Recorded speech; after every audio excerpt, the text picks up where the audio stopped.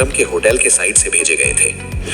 अब बस राज को तंग किया ना तो मैं सीधा पंचायत जाऊंगी। कल सुबह मीटिंग, ऐसे ड्रामा गांव में नहीं चलेगा।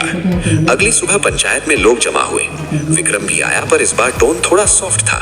विक्रम बाबू, गांव के बीच में आपका होटल है, पर गांव को तंग मत करो। कंपटीशन ठीक है, चोरी नहीं। मैं चोरी नहीं करवा रहा था, मैं बस देखना चाहता था। देखना है तो लाइन में खड़े हो जाओ। गांव का रूल सिंपल है। विक्रम को वार्निंग मिल गई। राज भी कुछ नहीं बोला, बस सर हिला दिया। राज और रमन रात को स्टॉल बंद कर रहे थे।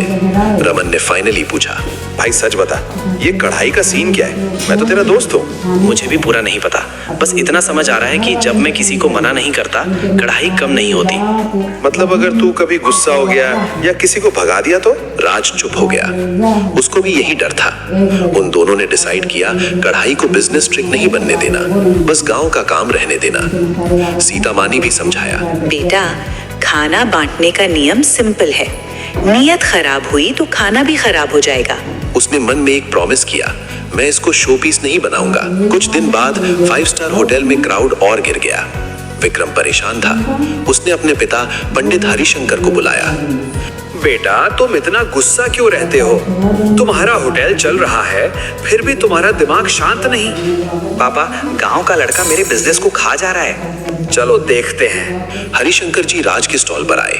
राज बेटा, तुम ये क्यों कर रहे हो?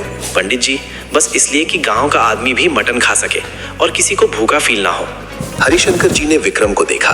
बेटा, तुमने कभी सोचा है कि तुम्हारा बिजनेस किस लिए है? सिर्फ पैसा या लोग भी? विक्रम कुछ नहीं बोला। हरिशंकर जी ने जोर नहीं डाला, बस विक्रम को एक प्लेट लेने को बोला। विक्रम ने निवाला लिया। उसका फेस 1 सेकंड के लिए सॉफ्ट हुआ। ये मसाला मेरी माँ भी ऐसे बनाती थी। विक्रम ने राज को देखा। राज, मैं तुम्हें बंद करवाना चाहता था, गलत किया, सॉरी। हाँ, ये तो गलत ही था। अच्छा हुआ बोल दिया। ठीक है सर, अब आगे क्या? मैं हेल्प कर सकता हूँ। Licence, supplier, hygiene. तुम गांव के लिए अच्छा कर रहे हो, पर सिस्टम भी चाहिए। राज ने थोड़ा सोचा। उसने अपनी शर्त रखी। हेल्प तभी जब 10 रुपए में भरपेट मटन का प्रॉमिस नहीं टूटेगा। डील। सिस्टम सेट हो गया, बिजनेस स्टेबल हो गया। पर जादू का सबसे बड़ा टेस्ट अब आया जब कोई बाहर वाला ऑफर लेके आया। एक शहर का बिजनेसमैन सुनील स्टॉल पे आया। राज भाई, आपका कॉन्सेप्ट हिट है। आप फ्रेंचाइज खोलो, मैं इन्वेस्ट करूंगा। रेट 80 रुपए रख दो, प्रॉफिट डबल। रमन की आंख चमकी। 80 रुपए सुन के उसको लगा लाइफ सेट। राज के दिमाग में भी 1 सेकंड को थॉट आया, भाई सोच ले, हम भी थोड़ा रिलैक्स कर लेंगे। राज ने कढ़ाई की तरफ देखा। उसको दादी की शर्त याद आई, लालच से नहीं।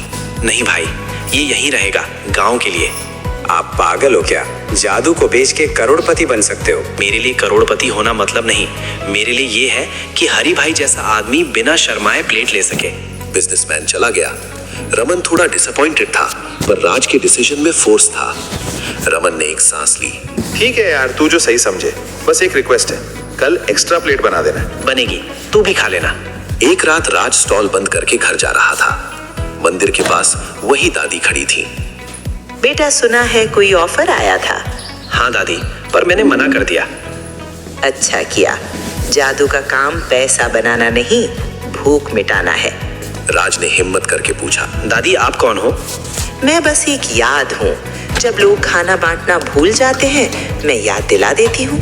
दादी ने राज के हाथ में मसाला डब्बा दिया। खाली हो गया तो भर जाएगा, बस नीयत सेम। फिर वो धीरे धीरे अंधेरे में गायब हो गई, जैसे कोई सीधा रास्ता भी एक